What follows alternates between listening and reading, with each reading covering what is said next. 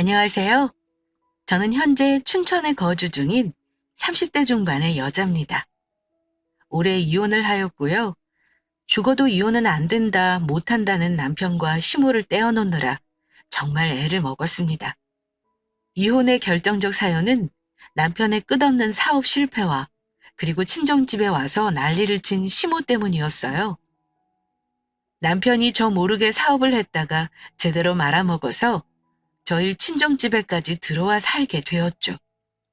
사람이 염치가 좀 있어야 하는데 그놈은 자기는 백년 손님 아니냐, 그것에 맞게 대해달라 라는 개소리를 짓거리며 상넘짓을 부렸습니다. 시모라는 여자는 한술 더 떠서 왜 자기 아들한테 그따위로밖에 대접을 못하냐고 우리 집에 쫓아왔네요. 그 꼴을 보고 있자니 이건 친정 부모님한테도 못할 짓이다 싶어 이혼을 결정했습니다. 뻔뻔스럽게 그지없었던 남편과 당연히 똑같이 수준 낮은 시모의 이야기를 지금부터 들려드릴게요. 잘 들어주세요. 이거 하나만 약속해. 진짜 절대로 나랑 살면서 사업할 생각하지 마. 알았지? 나 사업에 사자만 들어도 진짜 치가 떨려. 우리 집 아빠라는 인간이 툭 하면 사업해서 그것 때문에 진짜 그 인간 빼고 온 식구가 고생했었어. 진짜야. 아빠 그렇게 사업 망하고 나서 하고 많은 날 술만 드시다 결국 돌아가셨지. 나 진짜 사업은 끔찍해. 너무 싫어.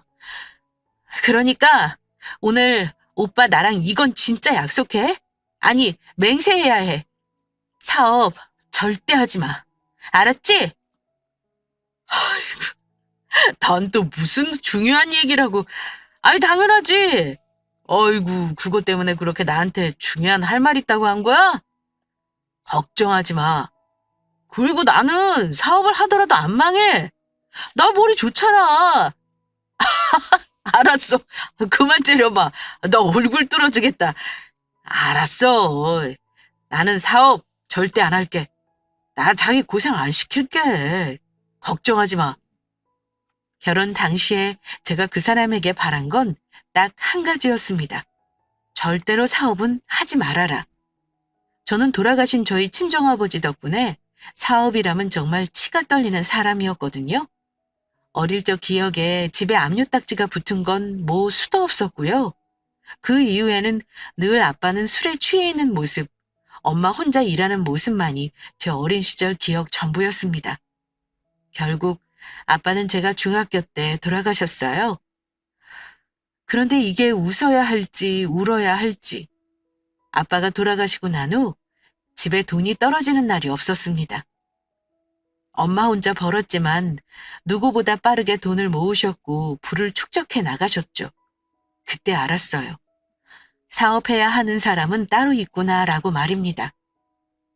글쎄요. 제 전남편이었던 그놈이 저희 친정엄마만큼의 생각과 추진력을 갖고 있었다면 이런 일은 없었겠죠. 하지만 그놈은 사업머리라고는 쥐뿔 없었습니다. 그렇게 신신당부를 하고 결혼을 했건만. 아, 언니, 나는 진짜 이해가 안 가. 왜? 왜 멀쩡한 회사 다니고 있으면서 뭘 그렇게 더 자기 사업 해보겠다고 난리인 거야, 남자들은? 나는 그게 진짜 이해가 안 돼. 그 인간 그거 정구 있잖아, 조정구. 내가 그 인간이랑 어울려서 놀지 말라고 그렇게 말을 했었거든? 그런데 아니래. 자기는 진짜 그냥 친목이라고 나만 이상한 여자 만들더니 이거 봐봐. 결과 보라고. 그나마 그 인간 그거 가는 작아서 회사 다니면서 투자했으니까 망정이지. 나 진짜 그 인간 회사까지 때려치우고 조정구랑 같이 사업했다고 했으면 나 진짜 바로 이혼했어. 아, 내가 진짜. 대체 제부는 왜 그런 거래? 어?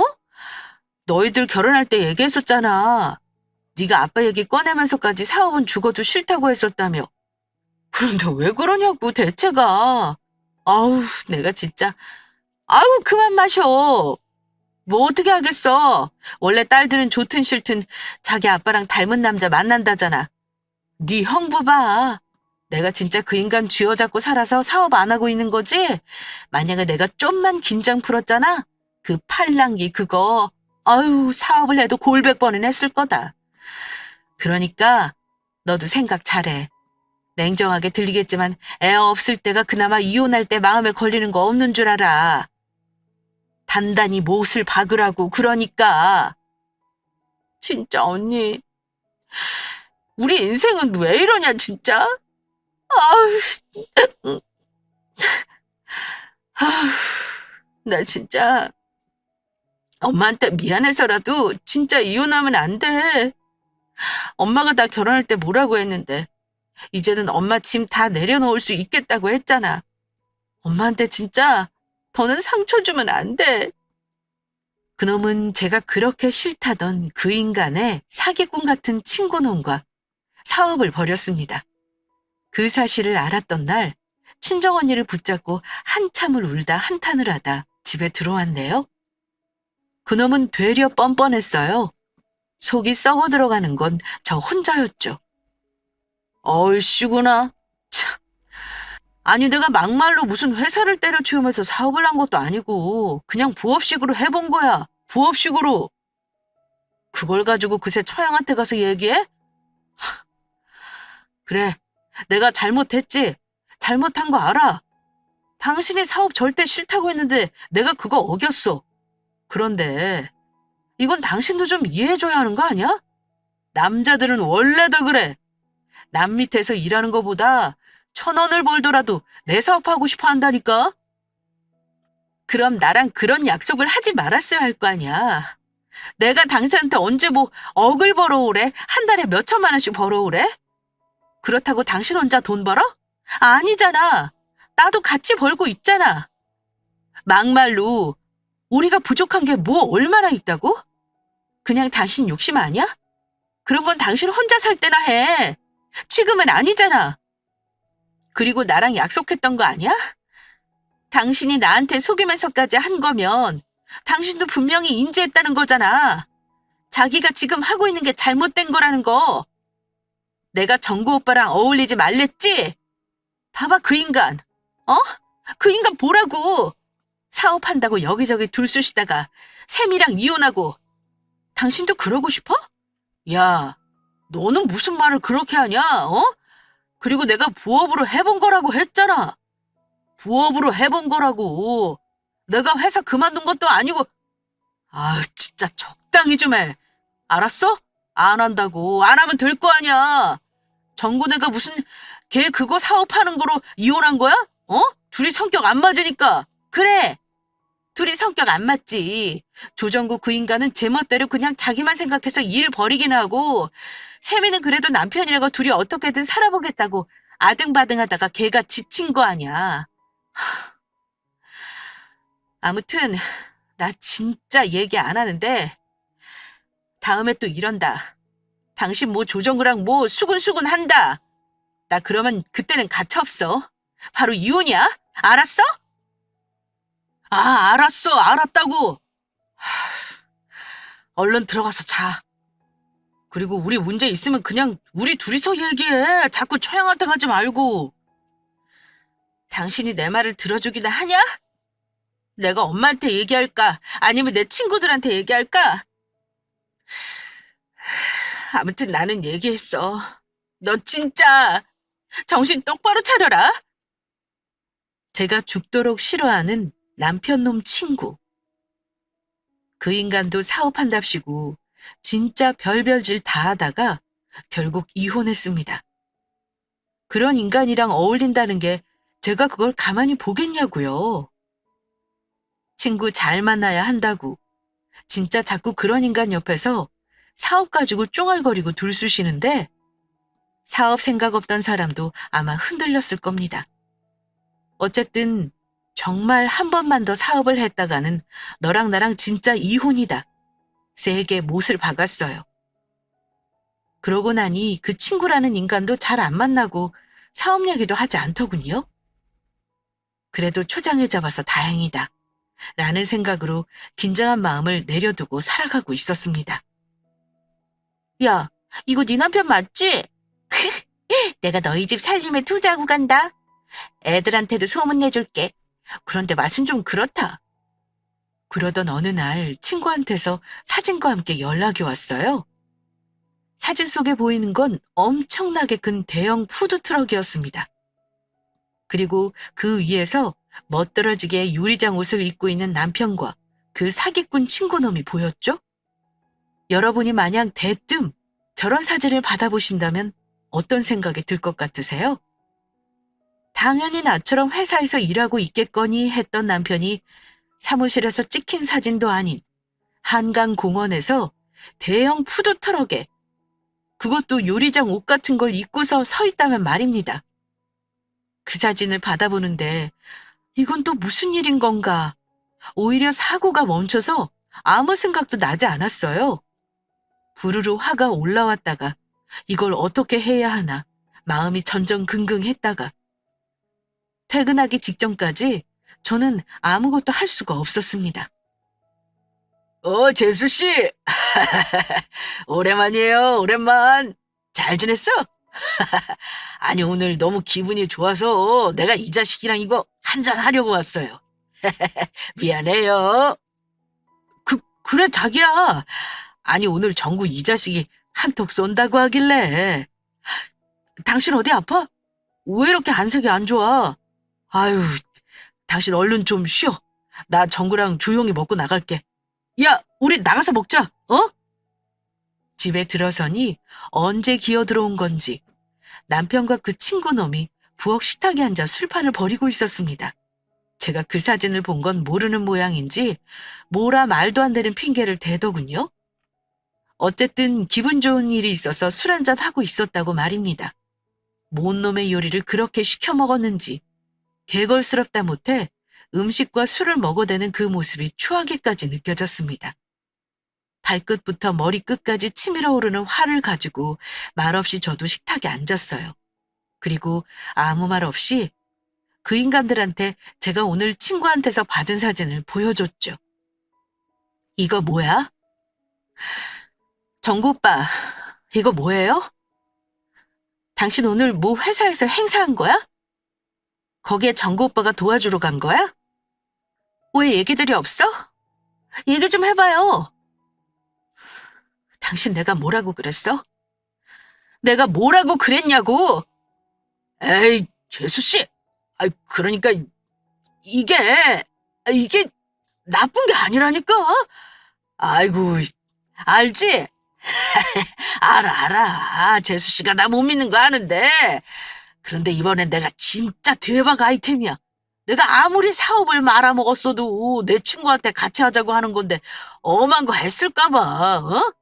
야, 야마, 너도 무슨 말이라도 좀 해봐. 그러니까 여보, 이게 내가 자리를 좀 잡으면 그때 당신한테 얘기를 하려고 했었거든? 그런데 내가 소연 씨가 그쪽 근처에 왔을 줄은 상상도 못했네. 이게 진짜 괜찮은 사업이야. 요즘 사람들 웬만하면 다 밖에서 해결하는 거 알지? 그거에 초점 둔 거야. 내가 막연히 나랑 정구 둘이서 개인적으로 하는 게 아니야.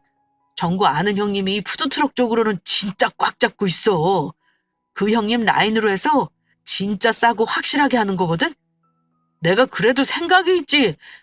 여기 하면서 이번이 그 형님이 아예 매장으로 프랜차이즈 풀 건가 봐. 거기에 투자한 거야. 내가 가게를 운영하려면 적어도 시스템이 어떻게 돌아가는지 미리미리 알아야 할 거 아니야.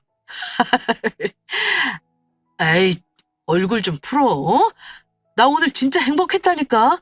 회사 아닌 곳에서 일하니까 너무 좋아. 행복해? 그래? 그럼 평생 정구 오빠랑 둘이 다니면서 행복하게 사업하면 되겠다. 투자까지 했어? 회사는? 회사는 그럼 어떻게 할 건데? 회사에 뭐 병가라도 내고 오늘 저거 한 거야? 어? 왜 말이 없어? 회사는 어떻게 한 거냐니까. 어떻게 하기는 뭘 어떻게 했겠어요. 그놈은 회사를 때려치우고 그 말도 안 되는 사업에 뛰어든 것이었습니다. 두말할 것 있나요? 이미 한 번 전적이 있었는데 말입니다. 회사를 어떻게 하고 그 일을 한 것이냐는 제 물음에 아무 말 없는 그놈과 사기꾼 친구놈을 뒤로 하고 저는 그놈 짐을 싸기 시작했습니다. 제 집인데 제가 나갈 필요는 없지 않겠어요? 짐을 다 챙겨서 그놈과 그 친구놈 앞에 던져주었습니다. 오빠, 우리 이혼하자. 짐 챙겨서 어머니 댁으로 가. 어머니한테 내가 말씀드리는 것보다 오빠가 말씀드리는 게 낫겠지? 그럼 나는 우리 엄마한테 말할 테니까. 어머님은 오빠가 말씀드려. 야, 세미야! 너 이혼이 장난이야, 어? 야, 인마!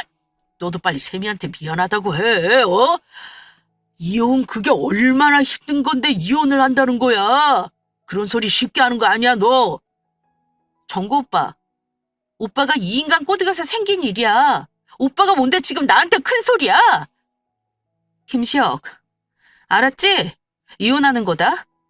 나 지금 진짜 최대한 참고 얘기하는 거니까 목소리 커지기 전에 짐 챙겨서 네 친구랑 당장 내 집에서 나가. 여보, 왜 그래 진짜. 왜 사업 결과도 보지 않아 놓고 무조건 이혼 소리부터 하냐고, 어? 내 말 들어봐. 그래, 내가 당신한테 말 안 하고 회사 그만둔 거 내가 진짜 100번 1000번 잘못했어, 어? 그런데 이게 내가 지금 나 좋자고 한 거야? 아닌 거 당신도 잘 알잖아, 어? 나 샘이 너랑 잘 살아보겠다고. 너 사모님 소리 듣게 해주려고 내가 이런 거 아니야, 어? 나는 장인어른이랑 달라. 너 고생 안 시켜. 뭐가 다른데? 어? 고생을 안 시켜? 내가 정구 오빠 왜 싫어하는 줄 알아? 저 오빠가 자꾸 당신한테 사업바람 넣어서 그런 거야. 알아? 지난번에 부업겹 했다는 것도 그거에서 몇 천을 날렸지? 부업으로 한 거를 돈 몇 천을 까먹었어. 그게 말이 된다고 생각해? 나한테 그 꼴 보여놓고서는 나보고 그게 나를 위해서 한 거라고? 너는 뭐 나를 죽이려고 하는 거야? 어? 내가 몇 번 얘기했지? 결혼 전에도 얘기했고 너 조정구랑 사업한다고 몇 번씩 돈 말아먹은 것도 내가 넘어갔지? 지난번이 마지막이었어. 마지막! 그런데 네가 또 나한테 거짓말을 하고 사업을 해? 어? 됐으니까 그냥 이혼하자고. 이혼해서 너도 너 하고 싶은 사업 원 없이 하고 나도 내 살 길 찾을게. 나가. 나가라고! 저게 말이 됩니까? 핑계라고 한다는 소리가 저 위에서 했답니다. 말이 안 돼요. 제가 사업하는 게 싫다는데 그걸 굳이 하는 이유가 저를 위해서라고요? 저는 돈 욕심 없습니다. 그냥 둘이 살면서 남한테 부모님들한테 아쉬운 소리 안 하고 사는 거 그거만 만족해요. 제가 뭐 돈방석에 앉고 싶다고 한 것도 아니고 그냥 자기가 하고 싶어서 하는 걸 가지고 그게 뭐 저를 위한 거라고? 어쨌든 저는 이혼을 마음 먹었어요. 시댁으로 가든 길바닥에서 자든 너 알아서 하라고 내쫓아 버렸습니다. 임신. 그런데 그 이혼을 하려고 변호사까지 알아보던 와중에 제가 아이를 가진 사실을 알게 되었습니다. 자식은 부부를 이어주는 연결고리라고 하더니 지금은 세상을 떠나고 없는 아이가 왜 저와 그놈을 다시 연결시켜 준 것인지 지금도 의문입니다.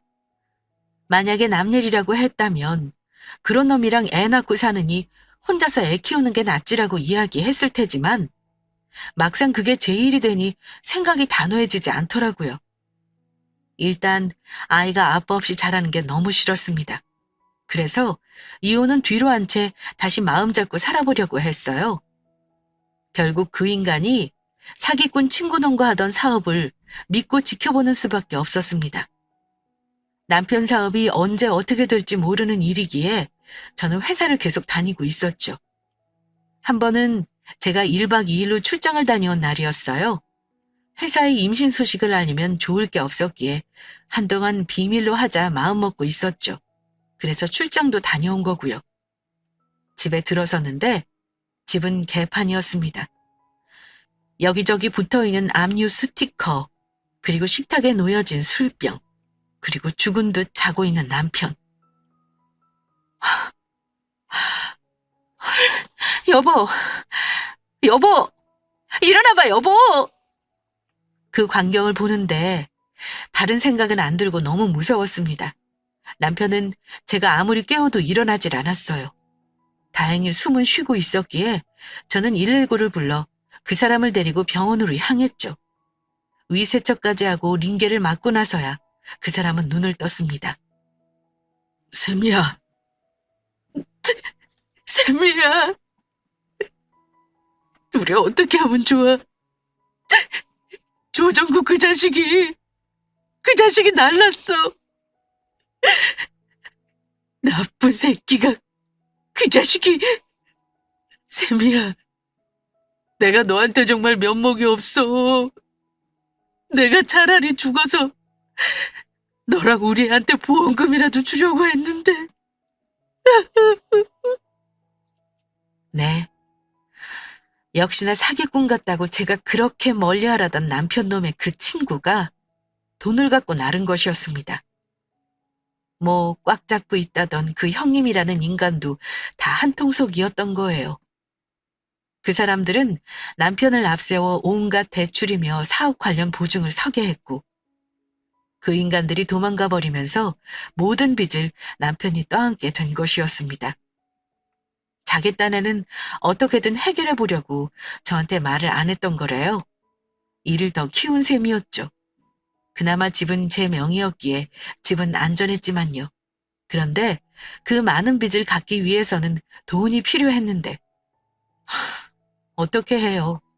집을 내놓으려던 걸 친정엄마가 일단 전세로 해서 집은 살려두라고 제안해 주셨습니다.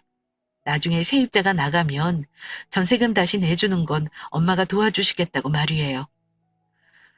그렇게 저는 임신을 한 채로 남편과 친정집으로 들어가게 되었습니다. 일단은 그래 뭐 아기 낳기 전에 그래도 다시 자리 잡으면 되니까 너무 조급하게 생각하지 말고 자네 이제 애 아빠 되는 거야. 사돈한테는 그래. 얘기 들었어. 사돈 큰 수술 하신 지 이제 겨우 2년 됐으니까 지금은 말씀 안 드리는 게 낫지. 어쨌든 나쁜 생각 절대 하지 말고 정신 단단히 차려. 네, 장모님. 감사합니다. 얼른 기운 차려서 자리 잡을게요. 정말 죄송합니다. 당시에 시모는 2년 전 유방암 초기 수술을 받은 상태였어요. 극초기라 전이 이런 것 없이 임파선을 절제하는 정도로 끝났죠.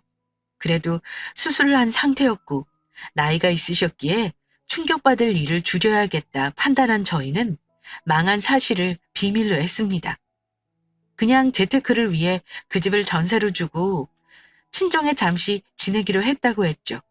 분명 자리를 빨리 잡도록 노력했다던 그놈은 그 약속은 어느새 홀랑 까먹어버리고 탱자탱자 놀고 먹었습니다. 정말 말 그대로 놀고 먹기만 했어요. 심지어 반찬 투정까지 했습니다. 샘이야, 솔직히 이건 좀 너무한 거 아니야? 아니 어제도 김치찌개, 오늘도 김치찌개, 무슨 이틀 내내 같은 찌개만 먹어. 나 장모님 뭐 다른 일 하시는 것도 아니고 점심 전에 건물 둘러보신다고 잠깐 나갔다 오시는 건 말고는 뭐 다른 거 없으시잖아. 그런데 이렇게 이틀 내내 음식이 똑같을 수가 있어? 진짜 솔직히 나 오늘은 밥 먹다가 울 뻔했어 진짜. 이래서 처가살이가 힘들다고들 하는구나 싶더라. 그러니까 자기가 장모님한테 말씀 좀 드려봐. 적어도 하루에 한 번씩은 다른 메뉴로 좀 해달라고. 어? 아유 왜 말을 안 해? 자기야, 내 말 듣고 있는 거야? 듣고 있어. 뭐 하나만 좀 물어보자. 당신 일 안 구해? 아이, 또 뭐가? 구하고 있어. 나도 알아보고 있다니까. 사업 안 된다며. 그럼 내가 갈 곳이 회사밖에 더 있어? 그런데 요즘 있는 사람들도 다 나가라고 하는 마당에 나 같은 경력직을 굳이 비싼 돈 주고 뽑겠냐고. 나도 답답해. 나는 지금 밥 얘기하는 건데 왜 일자리 얘기야 또? 아니, 나 궁금해서 그래. 뭐 일자리나 구하고 나한테 지금 엄마가 국을 똑같은 걸 해주셨다느니 그런 소리 하는 건가 싶어서. 다른 거 먹고 싶으면 당신이 해 먹어.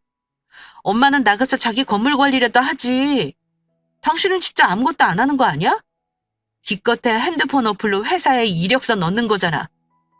나가서 발로 뛰는 것도 아니고. 그래, 나 당신한테 사업하지 말라고 했어.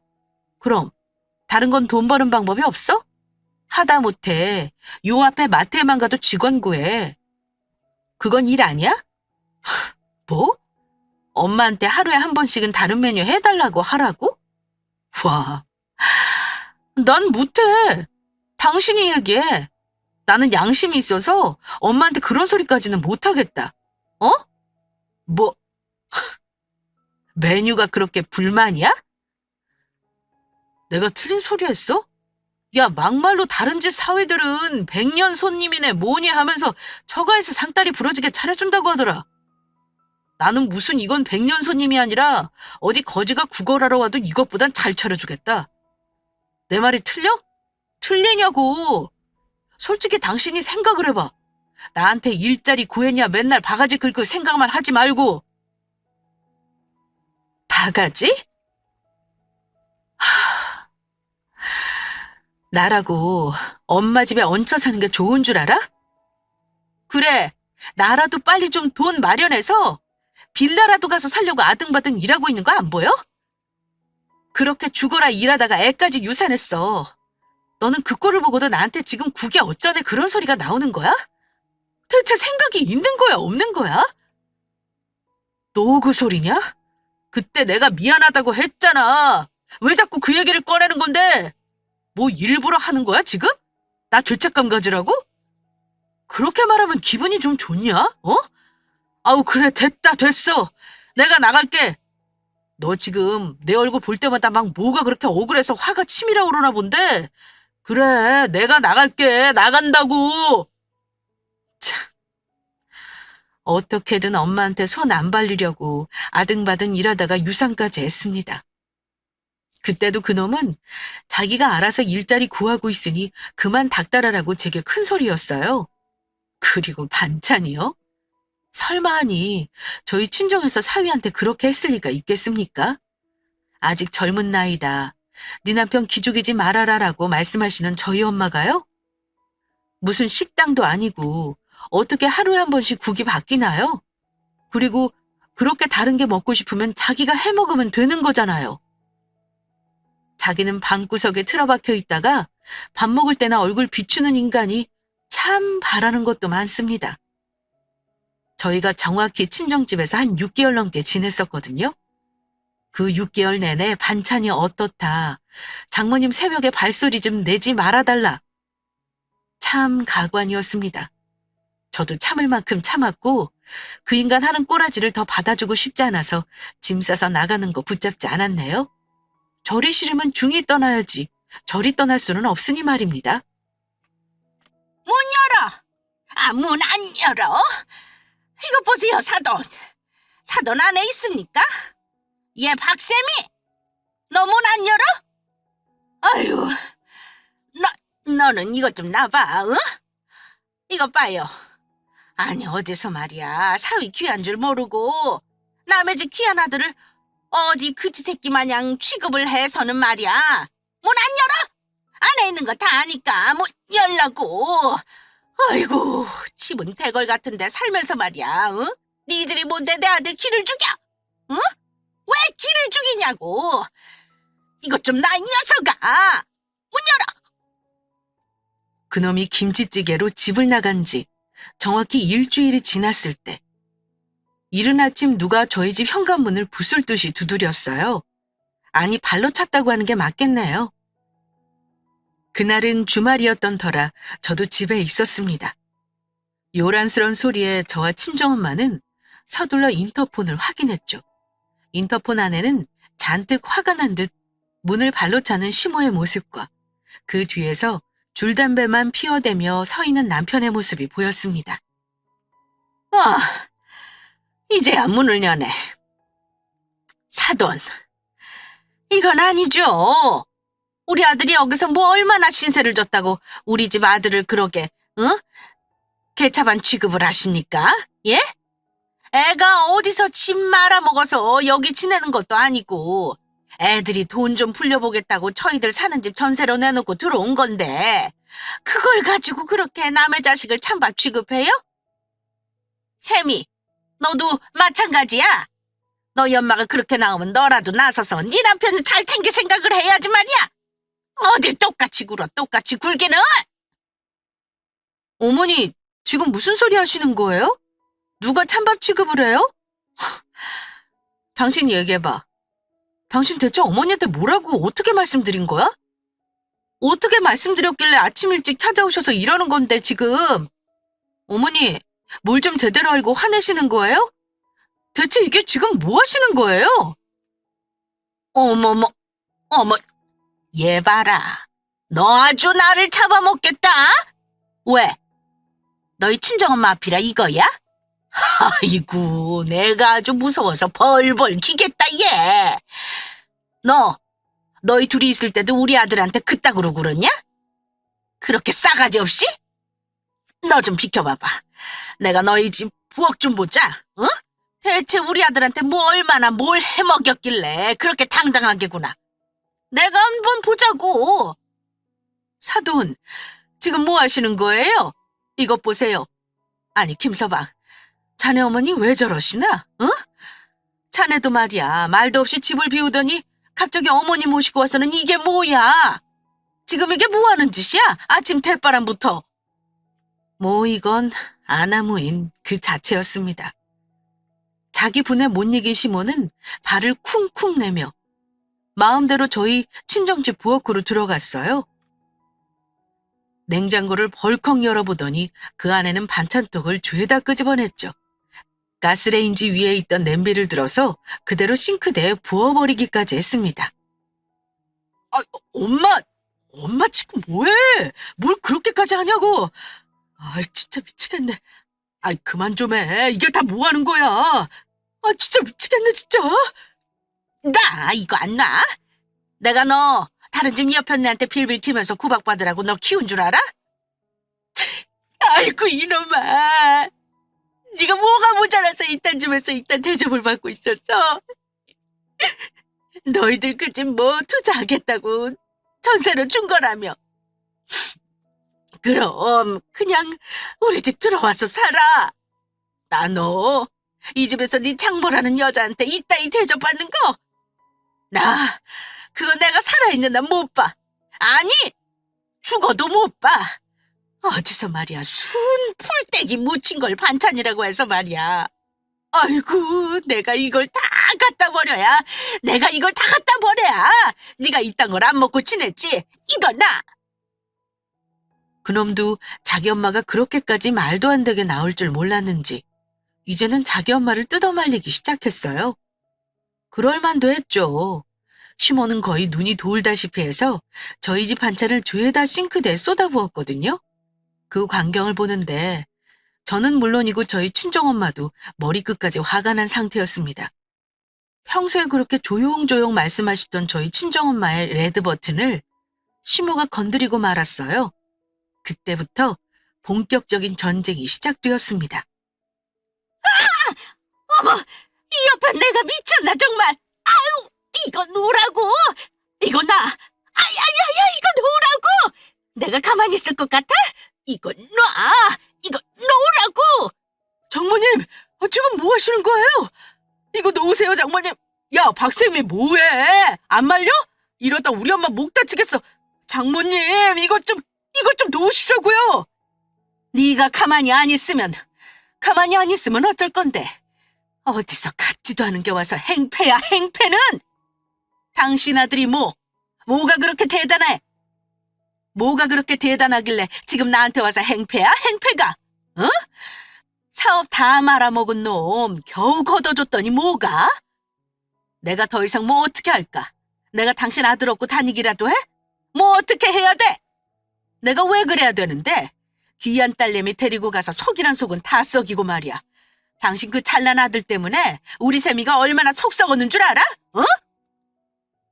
친정엄마는 말도 안 되는 짓거리를 하는 시모의 머리채를 그대로 휘어잡아 버리셨습니다. 어찌나 세게 잡으셨는지 남편이 친정엄마를 말려도 절대 그 손을 놓지 않으셨어요. 그놈이 저희 엄마를 말리면 말릴수록 시모는 더 괴로워했죠. 엄마가 더 세게 시모 머리채를 잡았으니 말입니다. 친정엄마라고 그놈이 저한테 하는 투정이며 이런 것들 모르셨겠어요? 다 알면서도 모른 척 눈 감고 계셨겠죠. 그 울분이 엄마도 그날 터지신 것이었습니다. 귀한 딸? 아이고, 남의 집 아들 잡아먹는 딸년도 귀한 딸이라고 하는 거 봐봐. 응? 그래, 내가 당신네 집안 수준 딱 알아봤었지. 돈만 많다고 뭐 다야? 응? 사람이 말이야, 사람들이 됨됨이가 돼야지, 응? 우리 아들 가지고 어디서 막대해? 어디서 내 아들을? 니들이 막대하냐고! 엄마, 일단 그만해. 그만하고 나가게 해. 나가서 나랑 얘기해. 그만 좀 하라고. 뭘 그만해? 얘는 뭘 자꾸 그만하라는 거야? 그만은! 네가 이렇게 등신같이 나오니까 저것들 너를 무시하는 거 아니야. 너는 어릴 때부터 그랬어. 어릴 때부터. 하여간 물러 터져가지고 말이야. 애 하나도 제대로 못 가져서 그거 유산된 그거를 내가 며느리라고 보약까지 지어서 보냈는데 말이야. 내 아들한테 이러면 안 되지. 시모야말로 건들지 말아야 할 걸 건드려 버린 거죠. 애 하나 제대로 못 가졌다라. 제가 그 아이를 잃고 얼마나 힘들었는지, 뭐 때문에 그렇게 됐는지 알지도 못하면서 난리 부르스를 떠는 시모를 보는데 저도 화를 참을 수가 없었습니다. 보약이요? 그 보약이 뭐요? 그거 내가 돈 물어줄게요. 그럼 되는 거 아니에요? 애 하나 제대로 못 가져요? 내가 누구 때문에 그렇게 됐는데, 그거 뭐 제대로 알고서도 지금 나한테 그런 소리 할 수 있을 것 같아요? 이거 나! 오늘 화내시는 거 보니까 당신 엄마 몸 다 회복했네. 이제 말씀드려도 되겠다. 그렇지? 야, 박쌤이 하지 마. 하지 말라고. 너 진짜 우리 엄마 쓰러지는 걸 보고 싶어? 너야말로 우리 엄마 쓰러지는 걸 보고 싶어? 차라리 너희 엄마 쓰러지는 걸 보는 게 낫지. 난 우리 엄마 쓰러지는 걸 못 봐. 어머니 아들이요. 자기 멋대로 회사 그만두고서 그 돈 전부 다 홀랑 사업한다고 투자했어요. 그런데 조정부 아시죠? 그 조정구가 그 돈 갖고 다 날랐어요. 그것도 모자라서 어머니 잘나고 똑똑한 아들 속에서 빚까지 떠넘겼네요. 그래서 그 돈 갚느라 전세 놓은 거예요. 그것도 집 팔 뻔한 거 저희 엄마가 도와주신다고 해서 그나마 전세 놓으면서 집 붙들고 있는 거고요. 지금도 그렇게 억울하세요? 그리고 그 음식이요. 뭐 얼마나 대단하게 해줘야 되는데요? 막말로 저 인간 물 한 모금 먹는 것도 저는 아까워요. 그런데도 저희 엄마 남편 기죽이지 말라고 길을 세워줘야 밖에 나가서 일 잘한다고 쌀 한 털도 아까운 저 인간한테 국이며 반찬이며 사이 눈치 봐가면서 챙겨주셨어요. 그런데 뭘 더 어떻게 할까요? 네? 저 인간 집 나간 거요? 이틀 내내 김치찌개 먹었다고 나갔어요. 내가 진짜 어디 가서 창피해서 말도 못해. 아들, 너 이게 무슨 소리야? 네가 왜 망해? 빚은 또 뭐고? 또 회사 다닌다며? 너 엄마 집에 있으면서도 꼬박꼬박 출근하고 퇴근해서 들어오고 했잖아. 너 이게 지금 무슨 소리야? 이게 지금 무슨 소리냐니까?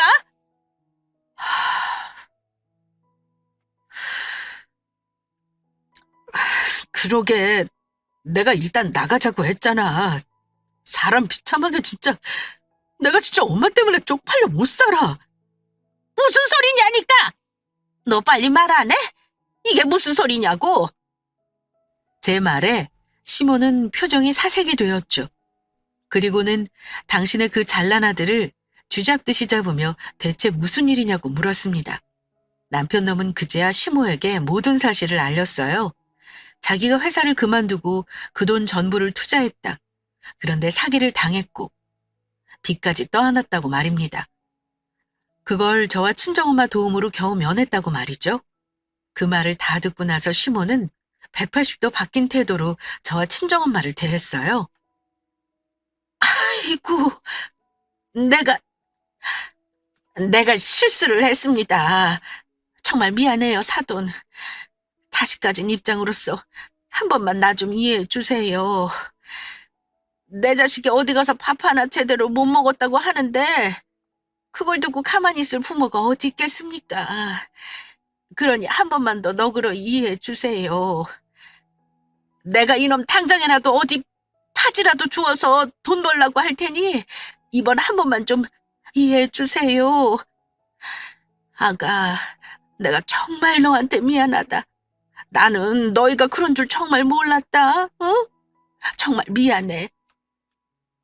아니요. 저한테 미안해 하실 거 없고요. 저 이 인간이랑 이혼할 거니까 그렇게 하세요. 오늘 화내시는 거 보니까 이제 몸도 다 회복되신 것 같고 뭐 더 숨길 것도 없겠네요. 저 이혼할 거고요.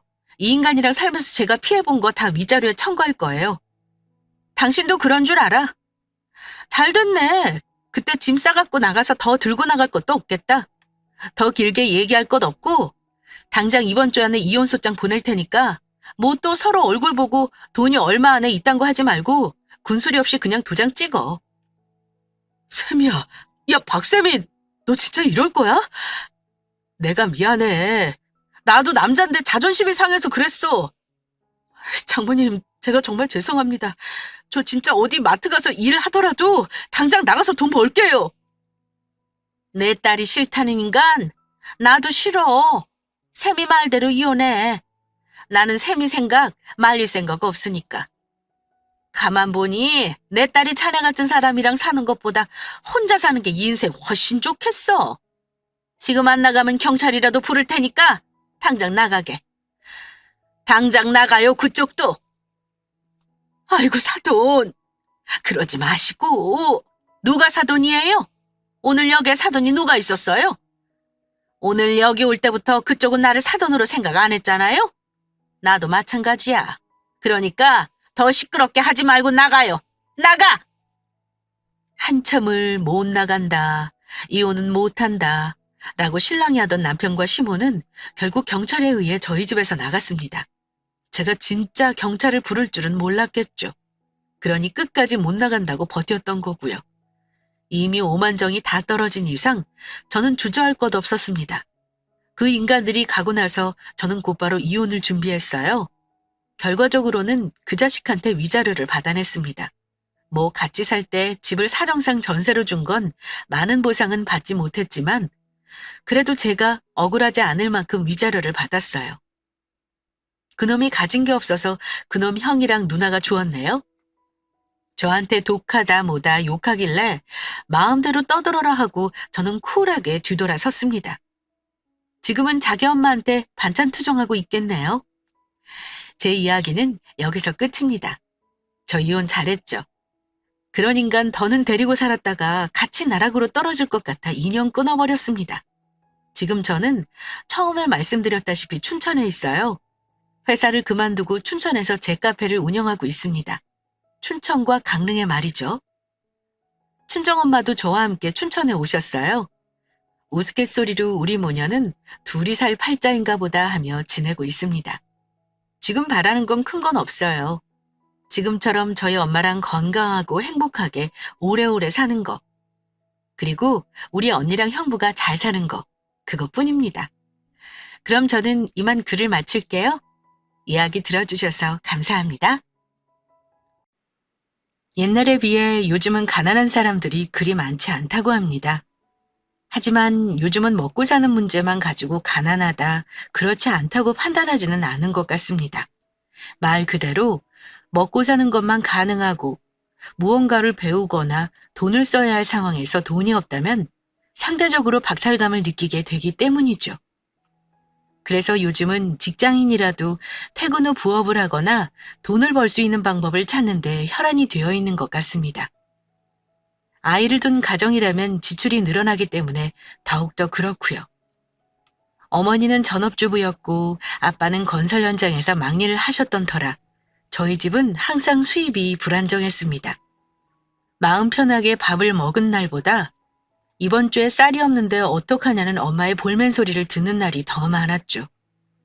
아빠 일이 고정적이지 않다 보니 한때 엄마는 공장에도 나가셨지만 체력이 워낙 약해 집안일과 병행이 불가능하셨어요. 그러다 보니 엄마는 풀타임 일을 하실 수가 없는 상황이었죠. 가끔 부업도 하고 남의 집에서 청소도 해주며 푼돈을 벌기는 했지만 생활비에는 역부족이었습니다. 제가 초등학교에 들어가고 중학교에 들어가도 이런 상황은 조금도 나아지지 않더라고요. 다른 건 몰라도 엄마가 밥 걱정은 안 했으면 좋겠는데 당시 미성년자였던 제가 할 수 있는 일은 그리 많지 않았습니다. 집이 기초생활 수급자여서 학비 지원도 받았고 급식도 무료로 먹을 수 있었지만 한창 예민한 나이라 그런 대상이 된다는 것 자체가 끔찍이도 싫더라고요. 그러다 보니 학교 생활도 그리 순탄하지 못했습니다. 서우야, 너 혹시 부모님 말이야. 혹시 기초수급 생활자야? 어? 갑자기 왜 물어보는데 그건? 아니, 선생님이 가끔 너만 불러서 무슨 쪽지 주시잖아. 그거 기초생활 수급자 애들한테만 주는 거라던데? 아니야, 그런 거. 너 근데 좀 말하는 게 웃긴다. 내가 그렇게 못 사는 집 애 같아? 그 정도로 못 살면 학교도 못 다니지. 아니, 그런 게 아니라 그냥 궁금해서 물어본 거야. 기분 나빴으면 미안해. 이따가 그럼 하은하고 애들하고 피자 먹으러 갈 건데 같이 가자. 돈 조금씩 거둘 건데 괜찮지? 피자? 아니야. 난 괜찮아. 너희들끼리 먹어. 너 피자 좋아하잖아. 저번에 보니까 엄청 맛있게 먹더만. 그러지 말고 같이 가자. 됐다니까. 나 학교 끝나고 집에 바로 가야 해. 누가 오신대서. 다음에 갈게. 저희 동네가 딱히 잘 사는 동네는 아니었지만 반에 친한 친구들끼리 모여 맛있는 것도 먹고 주말에도 같이 놀이동산에 가거나 영화를 볼 때가 종종 있었습니다. 저도 가고 싶었지만 거기에 끼려면 돈이 있어야 했습니다. 하지만 저희 집은 돈이 없으니 갈 수가 없었죠. 여름방학이나 겨울방학이 되면 주유소에서 아르바이트를 할 때도 있었지만 애써 모은 돈을 아빠가 모두 가져가 버리는 일도 잦았습니다. 그 돈으로 아빠는 친구들과 술을 사 먹거나 자기가 필요한 걸 사더라고요. 단순히 먹여주고 잘 것만 제공해준다는 이유로 부모 대접을 바라던 아빠가 그때는 너무나도 미웠습니다. 그렇게 우울하고 불안한 학창 시절을 보내고 전기를 쓰고 공부를 해 대학에 들어갔습니다. 물론 형편이 어려웠기에 전액 장학금을 받을 수 있는 곳으로 가야 했죠. 다행히 기초수급자 생활자는 장학금을 받을 수 있는 학교들이 많았고 전 그래도 우리나라에서 알아주는 대학 경영학과에 진학했습니다. 열심히 학교 생활하고 졸업해서 취직하면 가난에서 벗어날 수 있다는 희망이 보였죠. 하지만 안 좋은 일은 한꺼번에 찾아온다더니 제가 딱 그랬습니다. 아무 생각 없이 공부만 하는 것도 당시에는 사치였습니다. 대학교 1학년이 끝날 즈음 엄마가 쓰러지셨기 때문이죠. 당시 엄마는 무료 건강검진 대상자가 아니었던 탓에 검진 한번 받지 못했었고 결국 쓰러진 후에야 큰 병원에서 검사를 받았더니 갑상선 암 진단을 받았습니다. 나라에서 혜택을 받을 수 있는 건 검사비와 수술비 정도라 나머지 돈 들어가는 것들 모조리 제가 부담해야 했죠. 엄마가 입원했던 병원은 5인실은 다 병동이 차서 1인실밖에 사용할 수 없었는데 1인실 비용이 하루에만 20만 원 가까이 하더라고요. 거기에 밥값에 차비에 간병비까지.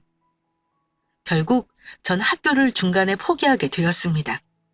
당시 저희 교수님을 비롯해서 친한 친구들과 부모님까지 모두 도와주시겠다고 했지만 왠지 도움받는 게 창피하고 싫더라고요.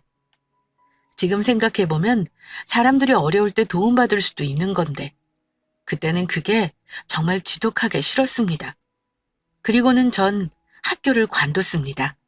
가난했던 시간이 길었던 탓에 어떤 힘든 일을 하더라도 가난만큼은 반드시 탈출해서 성공하고 싶더라고요. 이후 전 편의점을 비롯해 식당, 술집, 카페, 빵집 등에서 아르바이트를 시작했지만 최저시급 가지고는 생활비 충당만 겨우 될 뿐 돈을 따로 모으기가 쉽지 않았습니다. 게다가 엄마 치료비가 모자라 저축은행에서 대출이 2천만 원 정도가 있었는데요. 매달 50만 원씩 빠져나가니 그 부담도 꽤 크더라고요. 내가 배우지 못했다는 이유로 사회에서 받는 취급이 이 정도뿐이라는 사실에 우울감도 커져만 갔습니다. 그렇게 한 6개월이 지났을까요? 더 이상 이렇게 구질구질하게 살지 말아야겠다는 생각이 들더군요. 그리고 가난에서 벗어나기 위해 가장 먼저 한 일은 새벽에 일어나 책을 읽고 운동을 하는 거였습니다. 밤늦게까지 아르바이트를 하고 새벽에 일어나는 일이 처음에는 정말 힘들더라고요. 이렇게 책 조금 본다고 인생이 과연 나아지기는 할까 하는 회의감도 들었고요.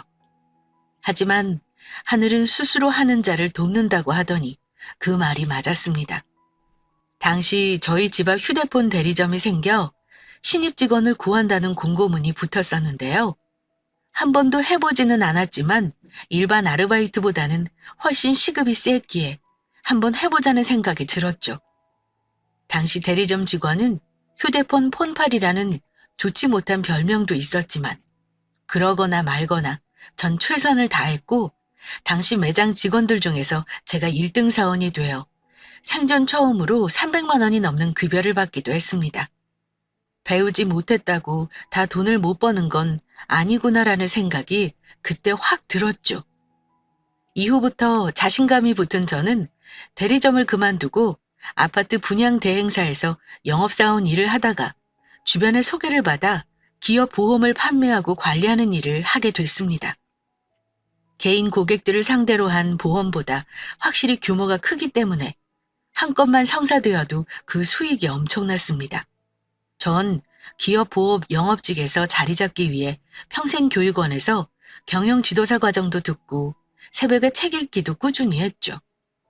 잠깐이라도 틈이 나면 고객 관리와 영어 공부도 빼놓지 않고 했고요. 그렇게 5년을 하루도 쉬지 않고 자기 개발을 하며 일하다 보니 제 이름에 집과 차도 갖게 되었고 어느 정도 자산도 일구게 되었습니다. 한 달 수입은 그때그때 다르기는 했지만 그래도 월 1,000만 원 정도는 평균적으로 벌고 있었으니 더 이상 돈 한 푼에 아쉬워하지 않아도 됐습니다. 그런데 전 여기서 안주하지 않고 일 하나를 더 벌렸는데요. 바로 온라인 쇼핑몰이었습니다. 당시 온라인 시장은 지금처럼 활발하지 않던 시절이라 그야말로 블루오션이었습니다.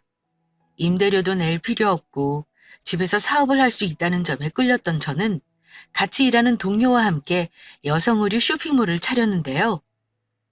매장보다 저렴하면서 품질은 뒤처지지 않은 상품들만 골라 매입해 내놓았죠. 당시 유명 블로거들에게 저희 쇼핑몰 옷을 무상으로 보내주기도 하고 체험단을 만들어서 옷을 보내주며 열심히 홍보를 했는데요. 가격 대비 질이 좋다는 소리가 들리면서 쇼핑몰도 꽤 쏠쏠한 매출을 올리게 되었습니다. 어린 시절은 가난에서 벗어나지 못했지만 어른이 되고 누구보다 열심히 세상을 살다 보니 좋은 날도 이렇게 찾아오더라고요. 비록 도중에 아빠는 돌아가셨지만 엄마는 다행히 갑상선암 완치 판정을 받아 저와 함께 살게 되었습니다. 엄마는 매일 아침마다 꿈을 꾸는 것 같다며 제가 좋은 사람만 만난다면 더 바랄 게 없다고 하시더라고요. 전 그런 엄마에게 한 소리 했죠. 엄마, 솔직히 엄마도 아빠한테 그 고생을 하며 힘들게 살았는데 나도 결혼했으면 좋겠어? 난 그냥 혼자 사는 게 편해. 누구 눈치도 안 보고 엄마랑 평생 살면 엄마도 좋잖아. 지금이야 당연히 좋지. 이 대궐 같은 집에서 먹고 싶은 거 먹고 자고 싶을 때 자고. 돈만 있으면야 하고 싶은 거 다 할 수 있으니까. 근데 엄마도 시간이 지나면 더 늙을 거고 언젠가 엄마도 죽을 텐데 그 위에 너 혼자 있을 생각하니까 그게 좀 마음에 걸려서 그래. 옆에 신랑이라도 있으면 서로 의지되고 좋잖아. 그거야 아주 좋은 사람이면 괜찮지만 혹시라도 이상한 사람이거나 시댁이 이상하면 어떡해? 왜 그런 생각을 해? 좋은 사람도 세상에 많은데. 그리고 정 아니다 싶으면 헤어져야지 어쩌겠어? 엄마 때야 이혼하면 정말 하늘이 무너지는 줄 알고 무조건 붙어 살았지만 지금이야 어디 그러니? 좋은 사람도 많으니까 엄마 말은 연애도 하고 그러라는 거야. 너 나이가 아직 30도 안 됐잖아. 알았어. 엄마도 이제 돈 걱정 안 하면 살아도 되니까 하고 싶은 것도 배우고 운동도 하고 그래. 나 결혼하고 사는 거 보려면 엄마 이제 건강 잘 챙겨야 해. 우리 딸밖에 없네. 무조건 우리 딸 말이라면 들어야지. 알았어.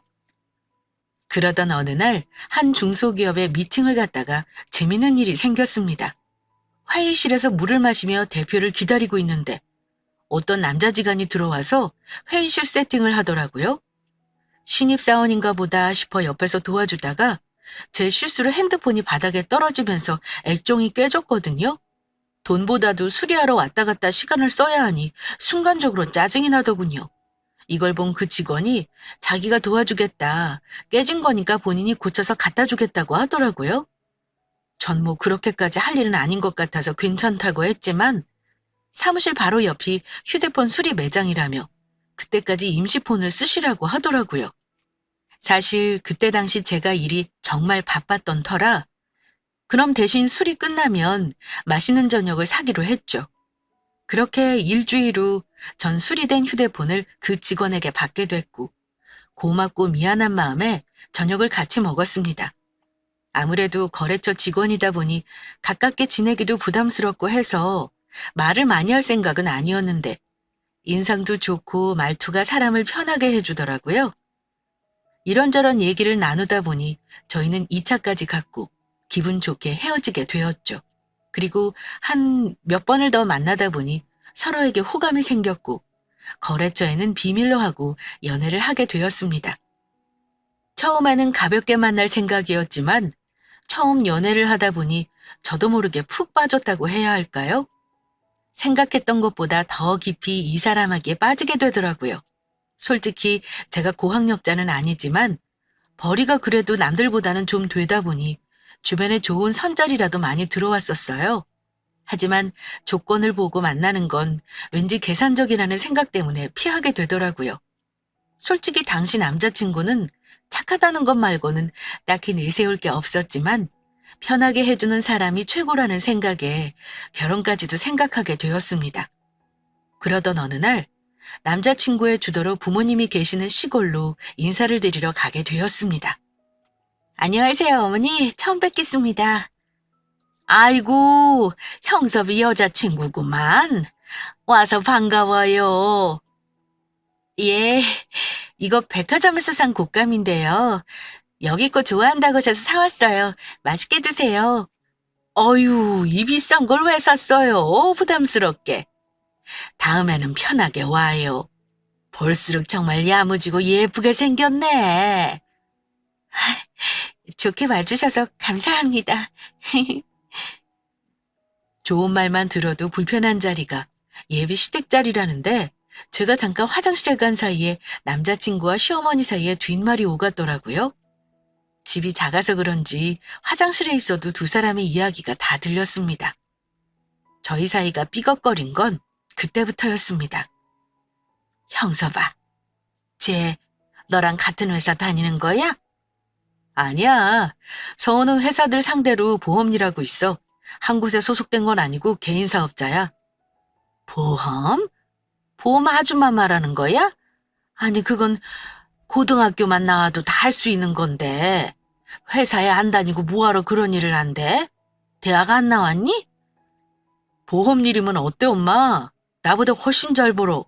그리고 엄마나 나처럼 개인 상대로 보험을 파는 게 아니라 회사 보험이어서 한 건 성공하면 돈이 장난이 아니야.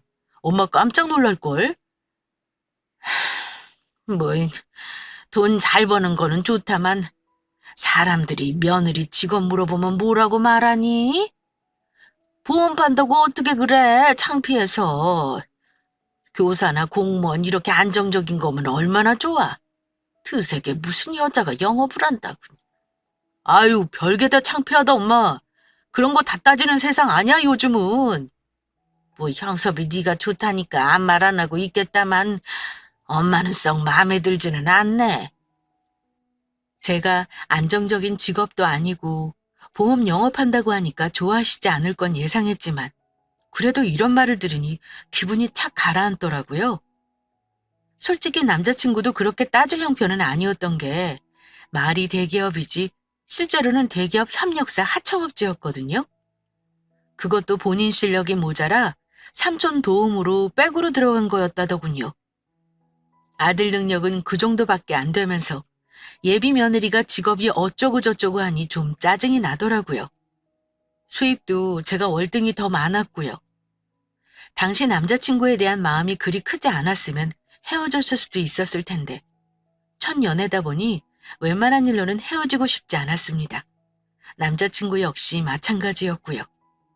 결국 남자친구는 어머니를 설득하고 또 설득해서 결혼 승낙을 받았고 좋은 날을 잡아 결혼식까지 무사히 올리게 되었습니다. 저희 엄마는 제가 좋다는 사람이면 다 좋다 하셨지만 저쪽 부모님이 처음에는 반대하셨다는 얘기를 들으시고는 걱정이 크셨거든요. 전 엄마에게 제가 참고만 사는 성격도 아니니 크게 걱정하지 말라고 안심시켜 드렸죠. 신혼집은 남편이 본인 명의로 대출을 받아 마련하려고 했지만 연봉이 낮은 탓에 대출 액수가 제한이 있더라고요. 결국 제 명의로 대출을 받아 제 명의의 신혼집으로 들어가게 됐습니다. 명의야 솔직히 공동 명의로 할까 했지만 사람 일이 아무도 모르니 일단 제 이름으로 해두었죠. 물론 집안에 들어갈 혼수 역시 모두 제 돈으로 했고요. 이런 사정을 모르는 시어머니는 결혼을 하자마자 일가 친척분들을 모두 데리고 저희 집에 오시더라고요. 아이고, 내가 며느리를 잘 둬서 이렇게 넓은 집에 둘이 시작하게 됐구나. 내가 진짜 며느리 복이 있나 보다. 너무 좋아서 눈물이 나네. 아이고. 우리 형님이 이렇게 마음씨가 착하시네. 질부, 형님 며느리 된 거 축하해. 질부 진짜 복 받은 거야. 우리 형님 같은 사람 세상 천재 없거든. 아, 예, 감사합니다. 일단 좀 앉으세요. 저희가 음식 내올게요. 겉으로는 세상 착한 척, 며느리가 최고라며 주변에 축혀 세우셨지만 전 저 모습이 과연 진짜일까 하는 의문이 들더라고요. 결혼 전에 제 뒷담화를 안 들었다면 모르겠지만 이미 듣고 나니 아무리 제 칭찬을 하셔도 썩 마음이 편하지가 않더라고요. 아니나 다를까 제가 쓰레기를 버리고 돌아왔는데 어머니 목소리가 제법 크게 들리더군요. 어머니는 제가 들어온 줄 모르고 계셨던 거죠. 아유, 내가 형섭이 생각하면 자다가도 눈물이 나와. 아까 나 마음에도 없는 말 지어낸다고 진짜 진땀 뺐다니까, 동서. 왜요, 형님? 칠부가 얼굴도 예쁘고 돈도 잘 번다면서요. 이 집하고 혼수도 그쪽에서 해온 거 아니에요? 모르는 소리 안 해. 여자랑 남자랑 같나?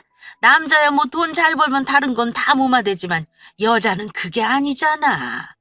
요즘 남편보다 돈 조금이라도 더 벌면 온갖 유세, 살림은 나 몰라라는 여자들이 많다더구만. 쟤도 딱 보니까 그럴 분위기야. 겉으로야 사근사근하지.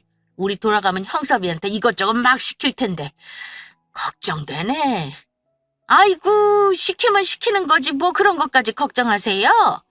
결혼했으면 이제 신경 꺼야죠. 어쨌든 형섭이도 좋아하니까 결혼한 거잖아요. 난 솔직히 쟤 처음에 집에 왔을 때 별로 안 내켰어. 직업도 뭐 반반한 게 아니고 회사들 상대로 보험팔이 한다더라고. 동네 창피해서 며느리 직업도 말 못하게 생겼다니까. 누가 물어보면 그냥 살림한다고 둘러대야지 뭐. 에이, 형님. 요즘은 시대가 안 그래요. 이렇게 신혼집하고 혼수까지 떡하지 해오는 며느리 흔치 않다니까요. 내가 욕심이 많은가 보지 뭐. 어쨌든 하는 거 지켜보고 아니다 싶으면 나도 그때 말해야지. 아유, 추측맞게 내가 또 눈물이 나네. 우리 술이나 한잔 하세. 대충 짐작은 하고 있었지만 저렇게 달가워하지 않으시는 걸 들으니 저도 썩 잘하고 싶은 마음이 안 생기더라고요. 남편에게 그대로 말해줄까 생각도 했지만 얘기해봤자 본인 어머니 흉이니 마음이 안 좋을까봐 일부러 말하지 않았습니다. 당시엔 어머니가 저리 말씀하셔도 시간이 지나면 그래도 예쁘게 봐주시겠지 하는 마음도 있었거든요. 그 이후에도 저와 남편 앞에서는 세상 다정한 척, 마음 여린 척하며 웃으며 잘해주셨지만 여전히 제가 없을 때는 또 욕하고 다니시겠거니 하고 생각했습니다. 그리고 1년쯤 되자 저희에게 반가운 소식이 찾아왔습니다. 그토록 바라던 천사가 찾아온 거죠. 아이고, 서우야. 잘했다, 잘했어. 아기 생겼다면서? 예, 어머니. 저희도 내심 바라고 있었는데 생겨서 기쁘네요. 축하해 주셔서 감사해요. 솔직히 그동안 애 소식 없어서 나도 내심 기다리고 있었거든. 이제야 서우 네가 밥값을 하는 것 같아서 다행이다, 얘. 밥값 못하는 며느리라고 주변에서 어찌나 한마디씩 하던지. 내가 그런 소리 말라고 막 뭐라고 했어. 아, 그러셨어요. 역시 제 편은 어머니밖에 없네요. 감사해요, 어머니. 얘, 태어나면 무리하게 혼자서 애 볼 생각하지 말고 나한테 와서 맡겨라. 예전에 우리가 애 키울 때는 동네에 풀어놓으면서 키워서 크게 어렵지 않았는데 요즘은 그게 아니라더구나. 괜히 젊은 엄마가 우울증 생기면 안 되니까 한번 잘 생각해서 얘기해줘. 그것까지는 저도 생각을 못했네요. 그럼 저희도 천천히 상의해보고 이야기해 드릴게요. 솔직히 그 말을 들으니 시어머니에게 고마운 마음이 들더라고요. 그동안 좋은 마음보다 서운한 마음이 컸었지만 애기 생겼다 하니 나중에 애기 봐주겠다고 말씀해 주시니까 절 챙겨주는 것 같아 좋더라고요. 솔직히 제가 일을 안 하고 집에서 애기만 본다면야 제가 어떻게든 키울 수 있겠지만 저는 일을 해야 스트레스가 풀리는 사람이었기에 해당이 안 되었습니다. 애를 낳으면 한 달 정도만 몸조리를 하고 바로 다시 일할 생각이었죠. 그리고 10달 동안 아이는 무탈하게 잘 있었고 제왕절개로 출산도 건강하게 했습니다. 저와 아이 모두 건강했기에 저희 친정엄마가 눈물을 흘리시더라고요. 해준 것도 없는데 건강하게 아이까지 낳았으니 바랄 게 없다면서요. 그렇게 평안하게 살 줄 알았는데 병원에서 퇴원한 후 예상치 않았던 문제가 생겼습니다. 바로 시어머니의 잦은 방문 때문이었죠. 집에 산후도우미가 분명 한 달 정도 와 있다고 얘기를 드렸는데도 신경 쓰지 않으시고 거의 2, 3일에 한 번꼴로 오시더라고요. 얘, 서우야. 나왔다. 우리 예쁜 손주는 잘 있니? 어머니 또 오셨어요? 아기는 지금 잠들었어요. 뭐 마실 것 좀 드릴까요? 아유, 내가 몸조리 하는 사람 자꾸 부려먹으면 안 되는데. 그래 좀 고맙지. 식혜 있니? 요즘 단 게 자꾸 땡긴다. 식혜는 다 먹어서 없는데 그럼 잠깐 앉아 계세요. 제가 요 앞 마트에 가서 사올게요. 그럴래? 하긴 이제 운동도 슬슬 해야 하니까 운동할 겸 얼른 갔다 와. 내가 애기 보고 있을게. 아기는 도우미 이모님이 봐주셔서요. 어머니 그냥 쉬셔도 돼요. 다녀올게요, 그럼. 아무리 신경 쓰지 말라고 하지만 저희 친정엄마도 아니고 시어머니가 일이 자주 오는데 신경 안 쓸 며느리가 어디 있을까요? 게다가 전 붓기도 아직 안 빠지고 몸도 피곤해서 잠만 자도 모자른데 어머니 챙기랴, 애 챙기랴, 낯설어하는 도우미 이모님 챙기려니 스트레스가 이만저만이 아니었습니다. 전 결국 남편에게 솔직하게 제 마음을 이야기했고 남편은 어머니에게 잘 말씀드려 보겠지만 오시는 걸 억지로 막을 수는 없으니 이해 좀 해달라고 하더라고요. 저기 엄마, 오늘도 우리 집에 왔었어? 오늘은 꽤 오래 있었다면서. 아들. 우리 예쁜 손주가 눈에 아른거려서 참을 수가 있어야지. 엄마가 이제는 안 가야지, 안 가야지 하면서도 잘 안 되네. 서우가 얘기했니? 나오지 말라고. 아유, 엄마. 솔직히 일주일에 한 번까지는 서우도 괜찮지만 이틀에 한 번씩 오는 건 좀 힘들어하는 것 같아. 엄마가 보고 싶어 하는 마음은 충분히 알겠는데 이 사람도 좀 쉬어야 하잖아. 아무리 엄마가 잘해준다고 해도 같이 있으면 못 쉰다고 그러더라고. 참, 요즘 애들은 다 이렇게 자기가 하고 싶은 말을 남편 통해서 잘만 이야기하네. 애미가 직접 얘기하기 못하니까 너한테 말해라고 한 거구나? 안 봐도 뻔하네. 그 사람은 엄마 자식도 아니고 며느리인데 이런 말을 직접 하기는 좀 그렇지. 엄마도 너무 서운하다 생각하지 말고 이해 좀 해줘. 부탁 좀 내가 할게. 불쌍한 우리 아들. 시어머니 오는 거 그거 좀 못 참고 서방을 달달 볶아서 네가 고생하는구나. 알았어, 알았어. 엄마 이제 좀 덜 오도록 할게. 뭐 맛있는 거 먹고 싶으면 언제든지 전화해라. 그렇게 이제는 덜 오시려나 하고 한숨 돌리려는데 어머니께 전화가 오더군요. 몸조리하고 복직하지 말고 애를 계속 보는 건 어떠냐면서 말이에요. 전 참지 않고 그때만큼은 제 생각을 솔직히 얘기했습니다. 서우야, 나다.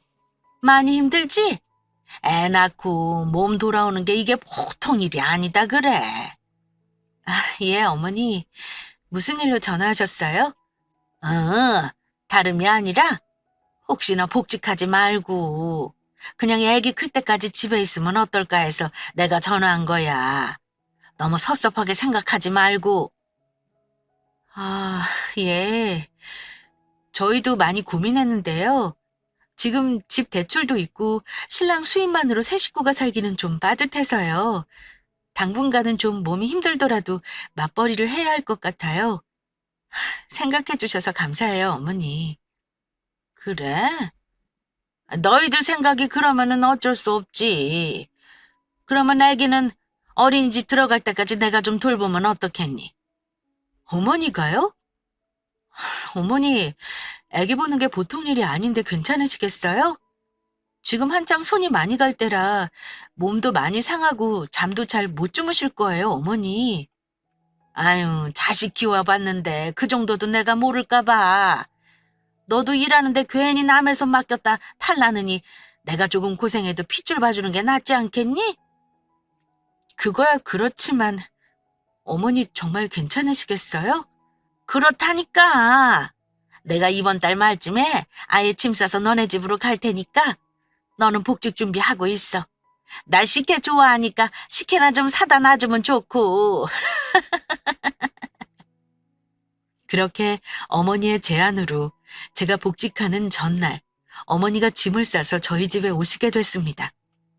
원래는 산후도우미 이모님이 베이비시터도 흔쾌히 할 수 있다 하시어 아기를 맡길 생각이었는데 어머니가 오신다 하니 마음이 한결 놓이더라고요. 그때까지만 해도 어머니가 말씀이 좀 그래서 그렇지 경우에 없는 행동을 하진 않으셨으니까요. 저희 부부는 베이비시터에게 줄 돈보다 조금 더 챙겨서 200만 원을 매달 어머니께 드리기로 했고 따로 신용카드까지 드렸습니다.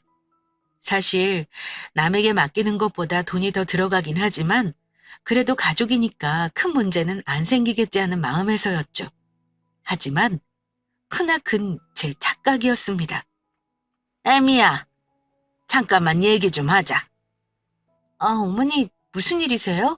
뭐 불편한 거 있으세요? 내가 불편한 건 없는데 애비 아침밥하고 저녁밥 안 챙겨주니? 어째 며칠째 내가 아침을 굶은 것 같아. 응? 저녁도 보니까 반찬 아예 안 하는 것 같더라고. 혹시 내가 잘못 알고 있니? 아, 서아 아빠는 출근 시간이 일러서 바쁘기도 하고 회사에서 아침 식사가 나와서 거기서 먹는데요. 그래서 집에서는 커피 한 잔만 마시고 가요. 그리고 저녁은 아직 아기가 어려서 제가 반찬할 시간이 없어요. 그래서 저희 반찬 배달해 먹어요. 밥은 서아 아빠가 와서 하기도 하고 제가 일찍 들어오면 제가 하기도 하고요. 아무리 아침밥이 회사에서 나온다고 해도 집밥만 하겠니? 너도 직장 생활에서 알겠지만 편하게 집에서 먹는 밥이 좋지. 나가서 먹는 밥이 뭐 그리 편하겠니? 전날 밤에 자기 전에 간단하게 누룽지 끓여놓거나 계란 반찬 뚝딱 하나 해놓고 아침에 데우기만 하면 되잖아. 반찬도 뭐 나물 하나 고기 하나 굽고 국 하나 끓이면 되는 거고. 뭐 진수성찬 차리는 것도 아니고 너 정도 애면 다 할 수 있는 거 아니니? 너 야무지잖아. 그게 어머니, 제가 일 안 했을 때도 몸이 많이 피곤해서 그렇게 못했거든요. 하물며 지금 몸도 다 회복 안 됐는데 일도 하고 있어서 더 힘들어요. 그래도 집안일하고 청소는 어떻게든 하겠는데 음식은 장 보는 것부터 치우는 것까지 과정이 너무 많아서요. 제가 내년에 애기 손 덜 가게 되면 그때 음식 할게요. 그래, 알았다. 그렇게 이야기가 마무리되나 싶었는데 다음날 제가 늦게 퇴근해보니 냉장고에 반찬이 하나도 없더라고요. 분명 제가 전날 배달을 받아 다 넣어놨는데 어찌된 일인가 싶었는데 어머니가 화난 얼굴로 오시더라고요. 그 반찬 어디서 산 거니? 반찬이 쉬었는지 맛이 이상해서 내가 다 갖다 버렸다 얘. 반찬이 상했어요? 어머, 제가 그럼 업체에 전화해야겠네요. 그나저나 어머니 고생하셨겠어요. 약은 드셨어요? 너는 자꾸 나 괜찮냐고 하는데 나 말고 애비 좀 챙겨라. 힘들게 일하고 왔더니 밖에서 만든 상한 음식을 내주면 제가 에너지 충전이 되겠니? 집에서 따끈하게 이것저것 좀 챙겨서 먹여야지. 그냥 애미 네가 일을 관둬준지. 일을 좀 줄여서 아침밥하고 저녁밥은 좀 신경 써주면 안 되니? 내가 아무 말 안 하려고 했는데 도저히 애비 얼굴이 안 돼서 내가 밤마다 잠이 안 와. 어머니, 예전에 제가 이야기 드렸잖아요. 지금 대출도 많고 아빠 급여만으로는 생활이 빠듯하다고요. 이게 제가 돈 많이 번다고 자랑하는 게 아니라요. 현실이 그래요, 어머니. 말 나온 김에 그럼 내가 좀 묻자. 애비 월급 받으면 다 어디다 쓰니? 대출금 갖고도 한 200은 남을 거 아니냐. 그걸로 생활비 하면 되는 거 아니니? 조금 아껴서 살면 충분히 사라지지. 이런 거 배달 음식 시키지 말고 놀러 나가는 것도 좀 줄이고 하면 되잖아. 어머니, 조금 아껴서 충분히 사라질 것 같으면 저 애초에 일한다고 말하지도 않았어요. 솔직히요. 이직 관리비에 식비에 세금에 어머니 용돈에 애기 앞으로 들어가는 귀저귀 값에 분유값만 계산해도 지금 서아 아빠 월급 훨씬 넘어요. 제 돈 보태지 않으면 매달 마이너스예요. 어머니 용돈 전처럼 못 드리고 집 줄여서 이사가면 살 수는 있겠죠. 원하시면 그렇게 할게요. 아니, 뭐 그렇게 말하니까 나도 할 말은 없구나. 너희가 알아서 해라 그럼. 그렇게 꼬리를 내리시는 줄 알았는데 어머니의 선 넘는 행동은 아이에게까지 이어졌습니다. 솔직히 며느리인 저야 아무리 못해도 그러려니 하지만 아이한테 하는 행동은 용납할 수 없었죠. 어릴수록 상호작용이 중요하다는데 눈 맞춤은커녕 어머니는 아이가 눈을 뜨자마자 잠이 들 때까지 TV만 틀어주시더라고요. 보다 못한 제가 어린이집에 일찍 보내자고 얘기를 하니 이렇게 어린애가 말도 못하는데 가서 학대라도 당하면 어쩌냐며 안 된다고 결사반대하시더라고요. 그러더니 결국 사고가 터졌습니다. TV 드라마에 정신이 팔린 동안 아기가 커피포트를 건드려 뜨거운 물이 콸콸 쏟아졌고 그 물에 손이 대인 것이죠. 이 모습을 뒤늦게 본 저는 저도 모르게 소리를 질렀고 어머니는 당황하시더라고요. 그날 저녁 저는 남편에게 사실 그대로 이야기했습니다. 그런데 여태까지 그래도 제 편이던 남편이 지쳤다는 듯이 말하더군요. 아무리 어머니가 잘못하셨어도 소리 지른 건 당신이 잘못했어. 그리고 아이 보다가 힘들면 TV 보실 수도 있는 그런 거지. 뭘 그렇게 빡빡하게 굴어. 엄마가 안쓰럽지도 않아 당신은? 정말 기가 막힌다. 자기 이렇게 나 나쁜 사람 만들려고 어머니랑 같이 사는 거 찬성한 거야? TV 본다고 애 뜨거운 물 쏟은 거 못 보고 종일 TV만 틀어주면 어머니께 왜 그 많은 돈을 드리겠어? 차라리 어린이집에 가든 베이비시터가 보는 게 낫지. 애기 입장에서 하루 종일 방치되는 게 보이니까 난 그게 너무 안쓰러워. 우리 엄마가 안쓰럽지 않아? 하루 종일 며느리 눈치 보고 며느리 밥 한 번 못 얻어먹고 저녁엔 배달 온 반찬에 입에 안 맞으시는지 잘 드시지도 않는데 당신은 애한테만 신경이 가 있지 시어머니가 뭘 드시는지 잠은 잘 주무시는지 신경 안 쓰는 것 같아. 지금 내가 신경 써야 할 1순위가 어머니야, 애야? 당연히 애지. 그리고 어머니한테 신경을 안 쓴다고? 세상에 어느 미친 며느리가 신경 안 쓰는 시어머니한테 달달이 200씩 드리고 신용카드까지 드리니? 어머니가 그렇게 걱정되면 당신이 새벽같이 일어나서 아침밥 저녁밥 해서 드려. 밤새 애가 울어서 잠도 못 자는 나는 눈에 보이지도 않아? 그럴 것 같으면 지금이라도 짐 싸서 헤어지든가. 와이프랑 애는 안중에도 없고 어머니만 신경 쓰이면 다 같이 살 이유가 없으니까. 나도 우리 엄마 무시하는 여자랑은 같이 못 살아. 그럼 끝내든지. 그렇게 남편과 한바탕 후 전 문을 쾅 닫고 아기가 있는 방으로 들어갔습니다. 그리고 그 다음 날이 되어도 남편은 아무 말도 없더군요. 시어머니는 도끼 눈을 뜨고 아침에 미역국을 끓여라, 저녁에 생선 구워라, 찌개 해라 하며 더 간섭하기 시작하셨고요. 더 이상 이 집에 저와 아기가 있을 자리는 없다고 판단한 전 짐을 싸서 그날 저녁 친정으로 갔습니다. 신혼집이 제 명이니까 남편과 어머니에게 나가라고 할 수는 있었지만 신랑이 하는 것조차 싫어 일단 친정으로 왔죠. 놀란 친정 엄마에게 자초지정을 말하니 엄마는 그렇다면 이혼하라며 제 판단을 존중해 주시더라고요. 전 헤어질 때 헤어지더라도 남편이 그동안 얼마나 제 덕을 누리며 살았는지를 뼈저리게 깨닫게 해주고 싶었죠. 그래서 가장 먼저 신혼집을 팔았고 남편이 타고 다니는 차도 팔았습니다. 원래 제 차였는데 남편이 직장까지 거리가 멀다 하여 준 거였거든요. 그리고 결정적으로 남편 회사의 보험 관리를 제가 하고 있었는데 이사님과 이야기 도중 남편과 헤어지게 되었다는 얘기를 살짝 꺼냈습니다. 시어머니 이야기와 여자 문제까지 걸고 넘어지며 질이 좋은 사람은 아닌 것 같다는 말을 흘리듯이 하고 나왔죠. 그 덕분인지 남편은 회사 본사에서 오래 버티지 못하고 지방에 있는 한 직으로 쫓겨났습니다.